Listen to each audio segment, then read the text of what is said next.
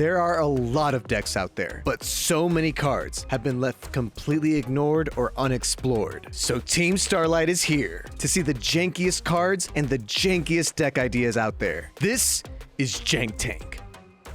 What's up, everybody? Welcome to the first episode of the Jank Tank, where we go over some jank decks and replays that eventually you guys will submit to us. This first episode will be featuring 3 different decks that me and some of the Team Starlight members like Declan have come up with. And today, I actually have Declan here to kind of live react to some of these crazy decks. So, hey Declan, say hi to everybody. Hello, I'm pumped for this. As someone who loves deck building, I'm really excited about this series. I'm excited to see what the users contribute, but I also haven't seen these replays, and I'm always excited to see what Marcos is cooking. So, Marcos, tell us about this deck. What do we have here? This is Swift Birdman Joe. So, as anyone who knows me in this format knows, I am obsessed with Magic Planner and continuous trap cards. Call the Haunted is amazing. I wish it was not at 1, but Limit Reverse is just like bad Call the Haunted, right? And so I love these type of cards like Phoenix Chain and stuff too. And I was trying to find more ways to get value out of them outside of Magic Planner and Giant Trunade. And lo and behold, I landed on the boy Swift Birdman Joe, which when you tribute summon this card by tributing a wind monster, you return all spells and traps on the field to the owner's hand. And so to help facilitate that, there's a bunch of wins. You got Vortex Trooper, which is also a great limit reverse target, Debris Dragon, Dandy tokens hilariously are wins. So not Dandy itself, but the Dandy tokens. And Sylphid, which is just one of those like Gigantes type cards. However, when this card is destroyed by battle, your opponent discards a random card. This card is kind of like underrated and unexplored, so maybe people will finally do something with it. But the star of the show, besides Swift Birdman Joe, is going to be the Big Bang Shot, which is just kind of Edison's way of doing a Falcon Punch type deck. You know, with Mist Valley Falcon, you would bounce this and banish a opponent's monster, because whenever this card is removed from the field, the monster that this is attached to will just be banished. So let's see if we can pull this jank thing off. Let's see what the replay's about. You ready? Yeah, I'm ready.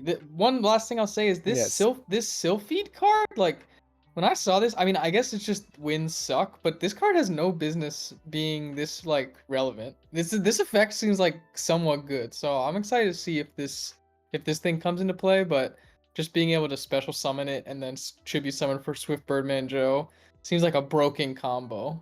Yeah, it definitely does. It definitely seems like a card that could be better. Also, the fact that it's a fairy is, like, strange, but maybe relevant. We'll see.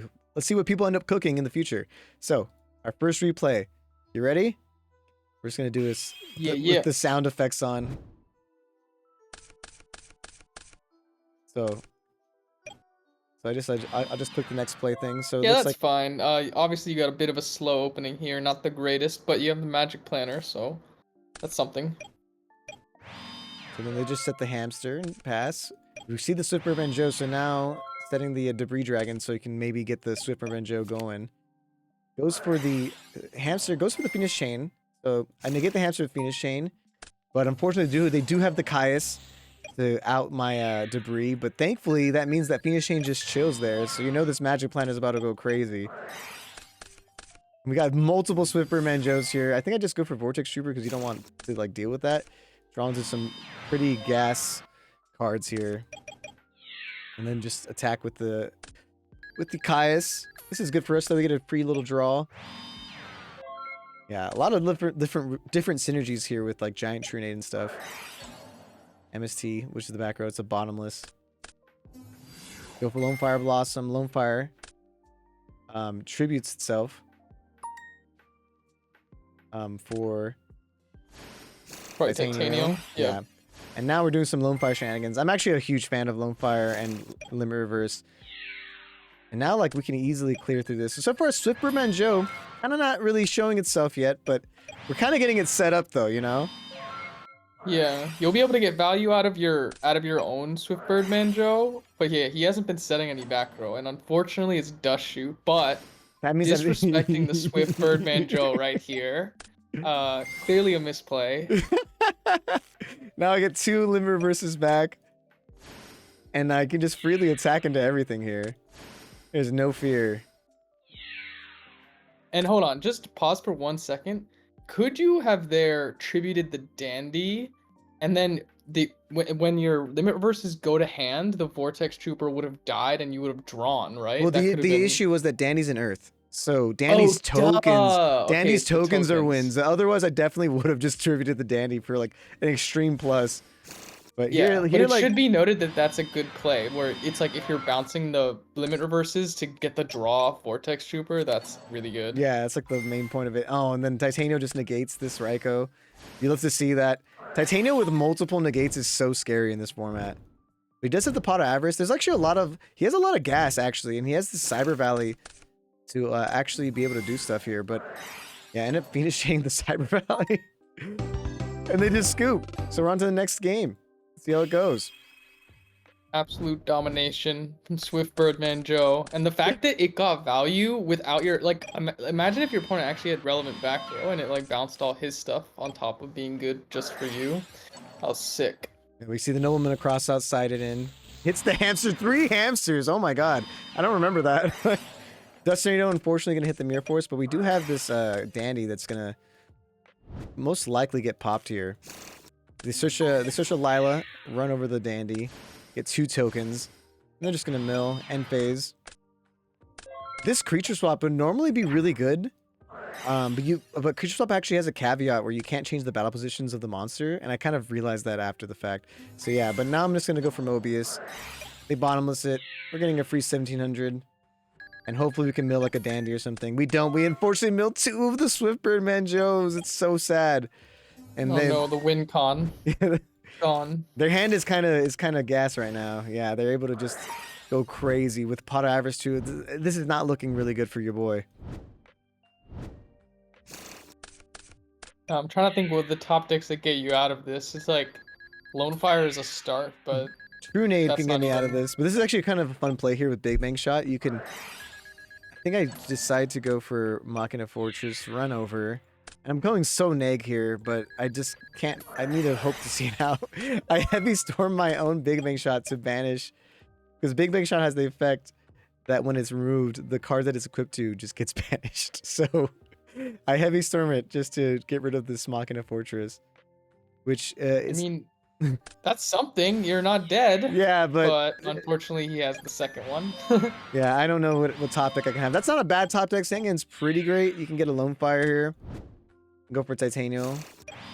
Hopefully you don't draw Titanium. Draw another Big Bang Shot. If the funny part is, so the other funny part about this deck is that Big Bang Shot has a real effect where it makes your card have piercing. So it can come up where if he was low enough, I could have just like equipped Big Bang Shot and like ran over something, but he had to Destiny anyway. But yeah, it's just funny that it has like extra effects that you would never expect. Yeah, it's versatile in that way. It's a removal spell somewhat, and it's a just a piercing. You know, it gives your guys trample. Yeah, and we're just bricking here. I'm at 19. All he has to do is flip this plague to attack. Yeah, and he has pot. I was just like, it's over, man. He has too much advantage here, but we're going to game 3. Okay, we got that Nobleman across that again, which is actually huge. This time we get the Card Trooper. Milladani, that's amazing. We love to see that. Wow. And then he has his own Card Trooper. I'll take the free draw any day of the week. Oh, and we have the debris. Wow, that's actually so clutch. Debris into Dandy into Stardust is kind of like an insanely good thing that most decks can't do except for like quick draw.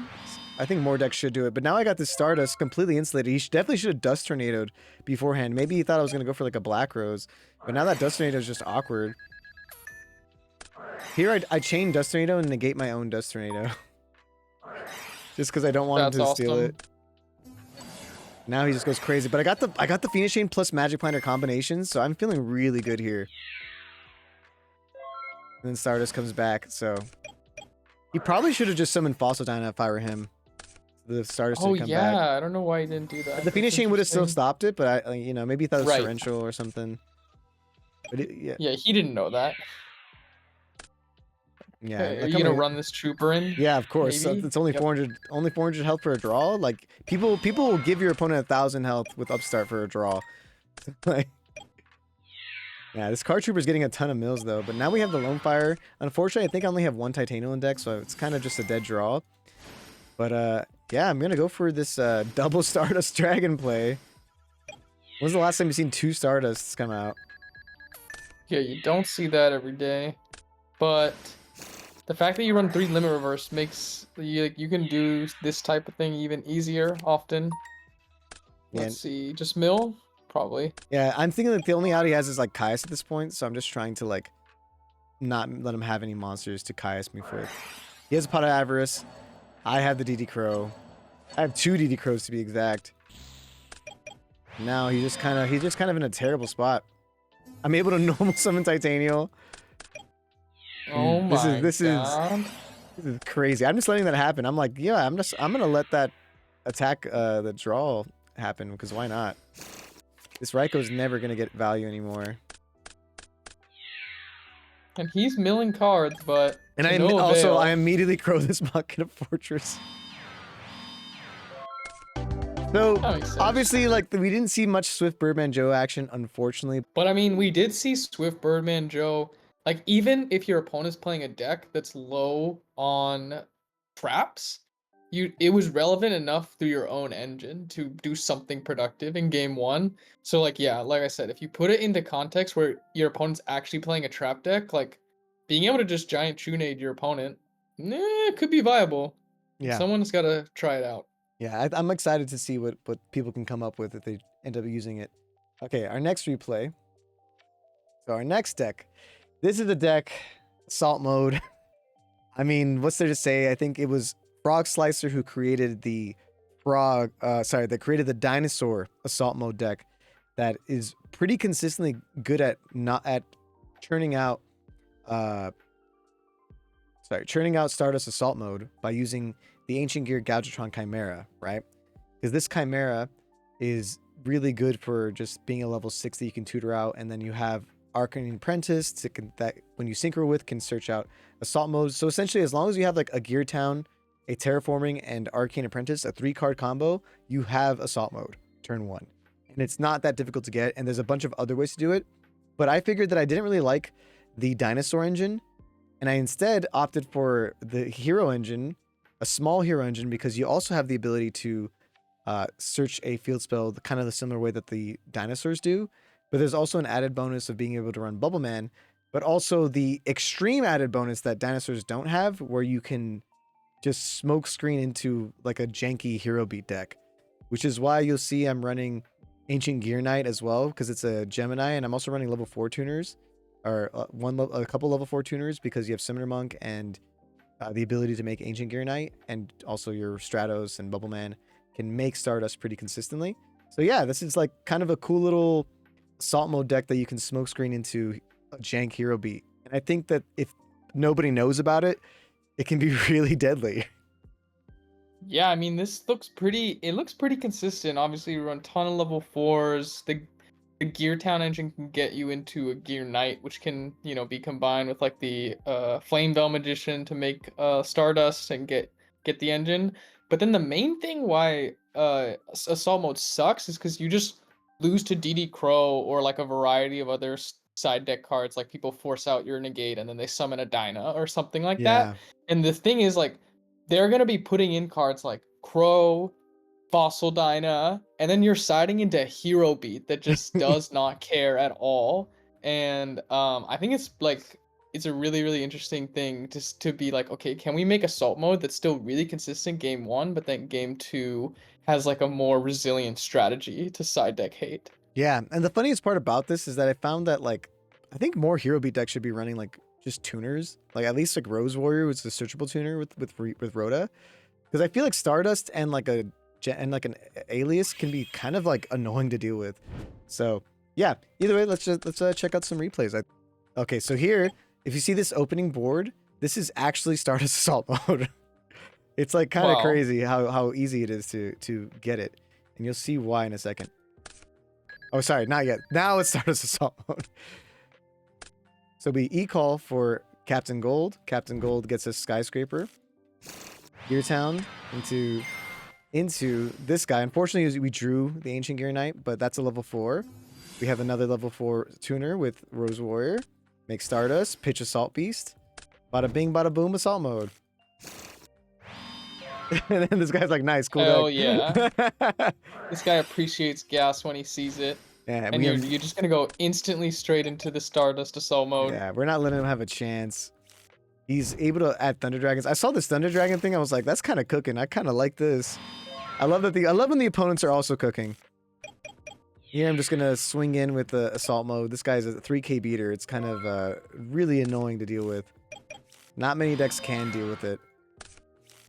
Yeah, that's the thing. It's like if you can pump it out consistently, like basically they can't win. Like most decks can't win once it hits the board. It's that simple.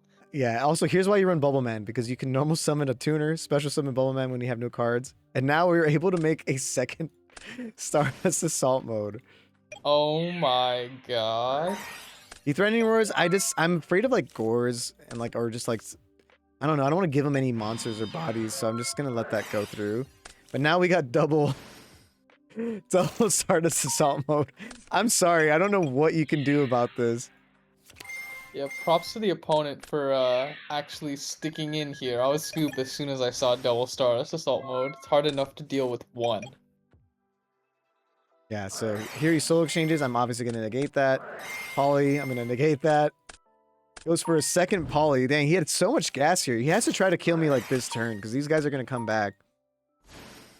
Gets out the Thunder, the twin-headed Thunder Dragon, and a Miracle. So he is going for like max damage here. He can main phase 2 tribute for Caius, but that burn damage is not going to be game. Yeah, so that's not enough. We're going to be able to clear this entire board really easily.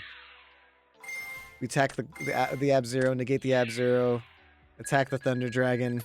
Yeah, that's just too much. It's just too much gas in the tank here, dude. And that's what Assault Mode does. It just slowly whittles down the opponent's resources. And now, even though we went -3 to make this, we're now +4 overall, you know? So now, here we're going to smokescreen into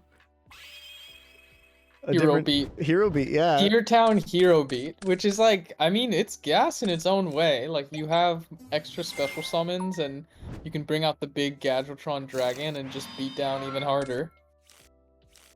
Yeah. Here I also I'm like, look, I have my own Stratos, and I get the Captain Gold because I do have the Terraforming, and I kind of want to just like start swinging in for damage here if I could.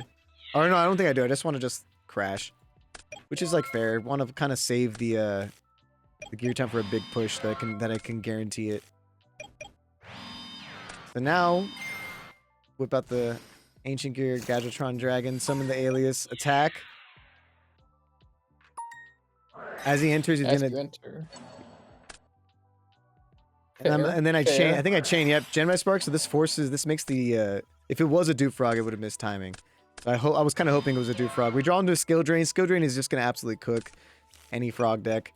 They do have the Heavy Storm though, which is unfortunate. So we lose all of our beautiful cards. We do got the E-Call, double Honest in hand. Does have a Regeki Break though. I wonder if he's gonna use it. He's not gonna use it.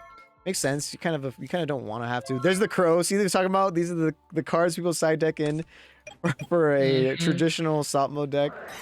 He's forced to Regeki Break this Alias. It's just too much beat. Got the Miracle. I think the Miracle is live, so you could go for it. He's gonna go for it. We do have the Honest. So the Honest is gonna be able to pretty handedly clear this board here. He's forced to. He sets a enemy controller, and here's like why I still keep some of the stuff, because you have like the Flammable Magician, you have instant fusions, so you can still make synchros. Yeah, and then in damage we're able to just swing over this Ab-Zero. Here's a Lightning Vortex. Here we just instant fusion, summon out Darkfire, make a Flammable Magician, and then yeah, we just go for Stardust, and we just swing. Still making an appearance, even post smoke screen. And he's out. I think he's out of waters at this point. Oh no, he has the ability to still make a Miracle. Unfortunately, he doesn't have another water in hand to actually be able to. Oh no, he has the Econ. He has the Econ. Yeah, you can just put it in defense. But at this point, as long as I can get this Alias back, this is actually the downside. Hero Blast kind of doesn't work because of DD Crow. Oh, but he doesn't crow it. He didn't realize. He didn't realize Oh that his no. targets. Oh, that's so bad.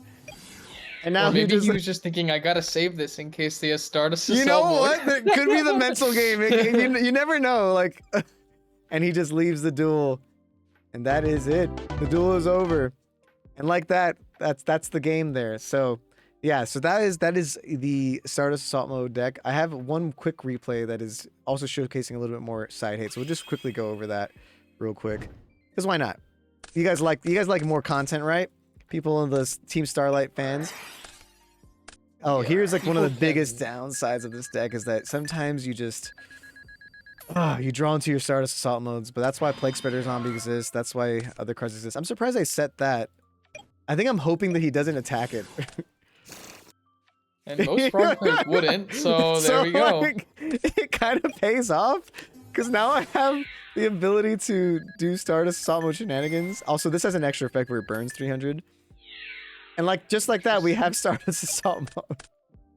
Let's go. And that was a completely normal frog play from that person. It wasn't really like odd for them to not attack there, so It just scooped wow. And just immediately. the instant scoop, because yeah, he had frog monarchs, and like monarchs cannot deal with Stardust. He had no outs. Yeah, they need vanities. They need their like just outs. And here's a soul release, which normally would be really good into Stardust Assault mode. Do we see Stardust Assault mode here? We even put in a No. Gadotron over the level 6 guy, because level 6 guy is useless in game 2 and 3 when we're smoke screening. So, yeah. Fortunately, you draw the Gadgetron, and that always seems to happen when you play this damn card. Yeah, especially on DB, it just happens every single time. But here I'm just gonna summon out Alias. We have the Gemini Spark, which is really huge, and he's not gonna soul release the Alias. Like, why would he do that? There's no reason. Here I'm just chaining Gemini Spark. He's thinking, what the hell? Yeah, he's probably like a combination of confused, disappointed, so many different things going on right now. And let it be noted that the geared guy on the field right now is a Gemini Spark target. Oh, so yeah, because he's a Gemini. Check this out. He in main phase 1 heavy storms, and I'm able to Hero Blast, hit the Treeborn, so he can't summon. He can't really do anything with like Junk Synchron or anything, or get any value off of this. So that's kind of funny. So he kind of minuses there pretty hard. He's kind of forced to make this play because he wants his Junk Synchron to get some value here. That was pretty cool, I guess, getting the sub to hand in that way. So, decent play right there. But we do have the terraforming here, and triple Gear Town, yeah, is pretty nuts. And that's enough per game. So Swift 2-0, his soul release just kind of sitting in hand doing nothing. So he basically only had 4 cards in hand that whole game. It's just kind of rough, you know.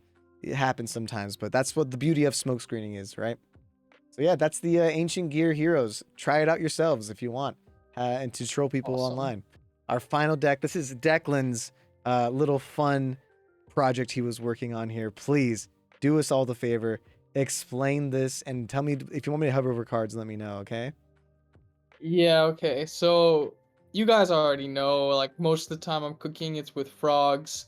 Promise in the future I have some other stuff that's non-frog cooking, but this is an old project I brought from a while ago, which was frogs plus Final Countdown. And Final Countdown, for those of you who don't know, in 2012, right after Edison, it actually became like a viable strategy as like more cards got introduced that like skip battle phases, and cards like One Day of Peace, which give you a draw but take away your opponent's battle phase. But in Edison, there's just like not enough of them. There's these cards like you can hover over like Thunder of Ruler and Frozen Soul, which are basically battle phase skips. But beyond those, there's not that many besides the ones that people know, like Threatening Roar and Wabaku. So the idea was, let's put in Tiva, because if you guys don't know Tiva, if this card, it's like a Monarch, where if it's successfully tribute summoned, it skips their next battle phase.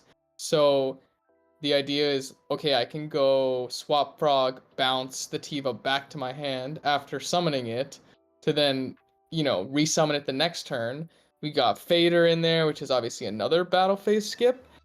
But the main thing is, the frog engine is kind of cool because because we don't have enough battle skip cards, we just run the frog engine, because when you successfully resolve Substitoad, it just takes all the frogs out of your deck. So then suddenly all your deck is just battle skip cards. So, and also I guess if you haven't drawn the final countdown, because the deck revolves around drawing final countdown, it also makes drawing that more consistent as well. So that's basically the idea of the deck. The side deck is kind of a meme. I was just thinking, okay, game 2, maybe my opponent's gonna side out of all their back row, like, you know, like Deep Prisons, Mirror Forces, side into like spell and trap removal and things of that nature. And you just take out all the final countdown stuff, and the battle skip cards actually have synergy, as we've seen with the fish deck. So maybe I can just kill them in a completely different way than they're expecting post side. So that's basically the idea of the deck. It's pretty funny, and we got a couple replays to show y'all. Okay, I'm so hyped, dude. Yeah, Here we that's go. right. Here we go. I'm going in blind. I actually have never seen this deck in action. You told me about it, but I've never seen it. So I mean, I'll give you a bit of a spoiler. It's not the most invigorating gameplay, stalling every turn. Well, you can see you got the final easy countdown game. though. The final countdown Yeah. means that he's now on a 20 turn clock. So this is turn 1, or not yet. I guess it's the turn you activate the card. Actually, I that put is the turn 1. counter on late, yeah. Okay, But it so should have 1. it's turn 1, huge. And he's playing frogs, which is not the best deck to rush down my final countdown deck. So we're gonna get to see here. I get 2 counters because it's every end phase, not just my end phase. Oh my god, so it's really 10 of your turns that you have to get through, which is pretty doable in frogs. Frogs do the grind game. Oh, okay, hits your dupe though. That's huge. But you can immediately skip the battle phase right here, which I think you don't. But you don't need to do yet. Oh, but you're gonna, because you don't want to deal with like a heavy storm or something. Makes sense. Yeah, and also I want to draw the dupe and just reestablish the dupe block. And one thing I kind of, as this gameplay is going, we can kind of just keep it running.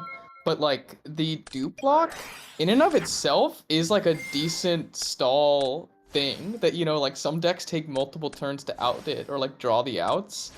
So it's actually in and of itself just fine. So you're gonna get to see me thin out the whole deck. Oh my god, and you have triple dupe. Extra normal. And then I just Gold Sark for Battle Fader because it can't get end phase sniped by back row removal, and I don't believe that he's, you know, main decking any card that would out that. Like a Vanity's Fiend. So he actually does have a pretty cool way of breaking. Yeah, I saw that. He used swaps effect to send from the field, and but it doesn't make your dupe miss timing. But that was cool. Brain control, enemy controller. He had to use so many resources to deal with that. But if you see a single Tiva, it's gonna be over. And you have so much like life left that you don't even have to use Battle Fader yet. And he can't even Caius you. He's only gonna be able to do like 1,000 damage unless you put something on the board. Yeah, I'm just letting this all happen. Oh, and let's see. There he is. There's the beast. So the awesome thing about this deck is when they out your dupe block, you get all the swaps back to your hand, which then facilitates, you know, this pitch special swap Tiva play. So if you can resolve Tiva like more than once, it's pretty much guaranteed game, because that's buying you extra turns to just draw like battle stop traps. And here but he couldn't attack. He forgot. I think he was banking on you attacking, but like that's why I think he should have Caiused. Oh man. Yep. That's unfortunate, because he really was banking on that. Because now your swap guarantees to get a free bounce now. A free bounce it normally wouldn't have had. So you're skipping another battle phase. He's gonna have to Caius now, realizing like the error of his ways. Yeah, and you can get at least like 3 good draw skips with Tiva here, which is insane. Oh my god. And you're seeing as I'm doing Tiva, I'm drawing into Wabaku, I'm drawing into Frozen Soul, so there's just no way. I'm reminding him again. This card still exists. 14 turns. Oh, this is so degenerate. I love it. I love it. And unfortunately, the Tiva is gonna last 1 more turn unless he has exactly a. Oh wait, he can't attack because he's forgetting every time. He's forgetting. This is amazing. But like, the Tiva is just—it's like it reads like a broken card when you read it, because the cards that have lingering effects like this, where it's like once it resolves, your opponent can't interact with it, are just really weirdly broken. And you see, I'm bouncing again. I think I've resolved it like 5 times this Yeah. game. Now So, you got we're on turn Wabapuri. 17. Oh, and you're gonna chain it to the heavy. This is insane. And it turns 17, and you're gonna be able to resolve Tifa again. And you have enough stalls. Yep. You have with this in hand, you have enough stalls. And he just leaves. He didn't even like want to finish it out. He was so annoyed. Oh my god. Yep. I mean, that's gonna be what happens a lot. Is that what happens in the second game too? I guess we'll find out. Yeah, no, this one's a real set. Okay, that let's I actually go. played. I want to see the so- side. I want to see how the side patterning ends up working. Okay, Yeah. wow. Okay, once again, drawing Final Countdown. Obviously, not always going to be what happens, but when it does, it's kind of like when Dragon Turbo draws Future Fusion, when Gigavives draws Lone Fire Supervise. It's just going to happen sometimes, right? Hey, but I run 3 of this card. It's not like as degenerate as drawing Future Fusion, but No, of course. But I do agree. I do agree that drawing I would it put makes it, the game a lot easier. I would put it more akin to Lone Fire Supervise opening that, you know, like it's like when it doesn't, it's like a little slower, but like when it does, it's like, yeah, I think it's curtains. Like here we got the Mirror Force. Wow, Mirror Force is gonna doing a lot of work here. Thankfully, no Starlight Road. But Mirror Force also play just the a great one mirror. The one mirror just like throws people off because it's like all these fake battle stops. Ooh, that bottomless is gonna hurt a little bit there, but it does stop the battle phase, so it keeps you pretty insulated. Just instead of even committing anything, gets a dust shoot though. Getting dust shoot kind of sucks there, but I guess you can just swap frogs, send some more stuff, just deck them a little bit there, and then just pass. Here I don't even set a Wabaku. I'm just like, okay, if you kill me, good for you, but I don't think you're gonna kill me. Take 25. And there, I set 2. Sometimes you do have to be afraid of like end phase MST if it'll straight up lose you the game. So I do play around it by sending 2 there. And yeah, we're just like stalling out a little bit here. Got the Dupe Frog here. No battle phase here. Brain Control though is gonna be able to successfully out this Dupe Frog with the Debris Dragon, making an Iron Chain. But you're already at halfway through your win condition with 10 full turns. You got 2 more stops coming up here. A Treeborn Frog to help insulate some of the attacks as well. So that's kind of nice. But Caius though gonna hit the Treeborn. Pot of Avarice is coming out. I'm actually getting kind of worried about this, dude. Like, Dude, it's not. I mean, this is sort of like, it's almost akin to like Roundx Burn Frogs, where it's like, advantage isn't a real thing in this deck. It's just about having enough battle stops to end the game, and that's why frogs are good, because as each turn's going by, I'm like resolving Swap Frog, which makes it even more likely for me to draw a battle stop with my next draw. yeah. And I only need as many battle stops as there are turns. And now he's decking out. You have a whole nother win condition here, like with this Lila. Oh my god. Swap Frog coming up. Threatening Roar is so solid. They got the dust though, but you have the Battle Fader. Oh my god. That so dust. lucky. That main deck dust is so scary, dude. This Battle Fader is gonna save your life. I had this. You only need to last 4 more turns. Get the Frozen And now Soul. it's just all up to the heart of the cards, man. It's all up to the heart of the cards. Oh my god, this is so intense. I love it. Frozen Soul immediately chained. You can only activate this card when your life points are at least 2,000 lower than your opponent's, which it always is gonna be because you're not doing any damage to them. And your final countdown costs 2,000 life points to pay, so. Oh my god, you keep drawing into the saws. And that's it, because, yep. So we actually do have games 2 and 3 here as well, but I'm siding into the other deck.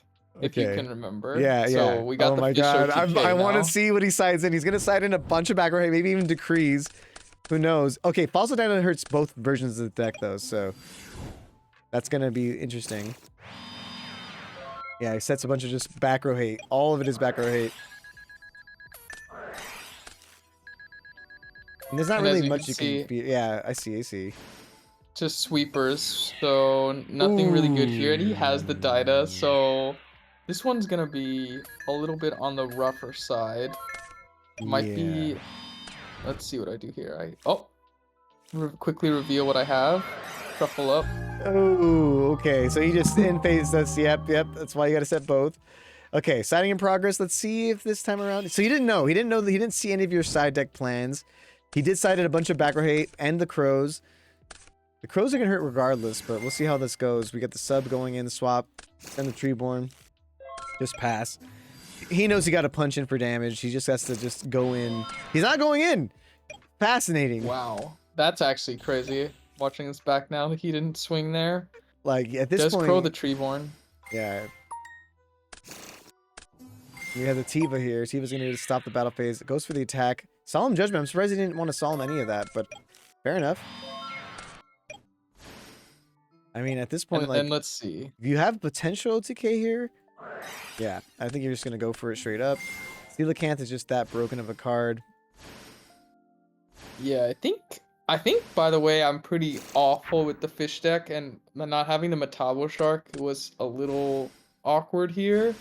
I'm probably gonna think about this, but I go into something that's like not even really a true OTK, but I'm just like going in for punching in a lot of damage. So please tell me what I did wrong here. I know this is not correct, but the point is my opponent doesn't really have a lot of like they probably sided out of all their real traps to like out a board like this, and I have Threatening Roar, so I'm just thinking let's just go in for a bunch of damage and try to win the game this way. Yeah, plus Threatening Roar really does like insulate you here from like most things that can deal with Stardust besides Brain Caius is literally like something like attack phase. So having the Threatening Roar is huge. He's just gonna Caius, they'll probably Caius the Armory Arm. Okay, interesting. Okay, I can dig that. We do have the Treeborn. You can keep stalling out, which is like hilarious. Or you're not even gonna stall out. I think I do go for it in main 2 here. Yeah, because this Machina Fortress crashing with Stardust would out your whole board. Here he goes. Pot, Avarice, really pretty good top good. deck there. At this point, though, as long as like if you have a Fishborg engraved, so you can do some cool shenanigans. I guess not really, because it requires water monsters. So now you're just like awkwardly going in. Oh, the Book of Moon is really nice. That's very clutch. And yeah, you negate it and attack for 1,000.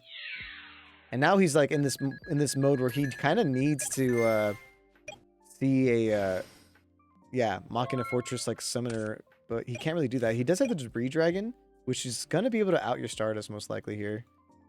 Yeah, I brought it back in defense just in case he had the Fortress again, but unfortunately he has Cyber Dragon, which is annoying, so gets outed just by Cyber. Is he Black Rosing? Oh my god, that's so bad. But who cares? But you have enough for game. I know, that was a really weird play from him, but alas, Tiva getting it done, even in a completely different deck. So yeah, that's the deck. It's pretty funny, it's pretty silly, the side deck, but I just know that after game 1, you kind of have to switch it up with the side deck because people will bring in all sorts of things to counter your final countdown. So just maybe trying this deck and figuring out some other kind of side strategy. Tell me what you guys think. But that's the deck. Pretty silly. So yeah, if anyone in the comments section has any really cool DB decks and replays that they want to show us, and the best ones that are submitted to us will showcase in the next Jank Tank video. We're trying to make this a cool series for the community, and to help facilitate this, we're also creating a new Discord. Links will be in the description down below. You can join our new Team Starlight Discord and submit your replays down there. And we're gonna cycle through them all, so like, you know, please send us some stuff, but like if it's not that cool, like it's just Vayu Turbo, like, come on, guys. Like, we want to see some jank. We want to see some spice. We don't want any of this mild stuff. We want hot stuff, you know? So, yep. Thank you so much for watching. That was the Jank Tank episode 1, and we'll see you guys later. See ya.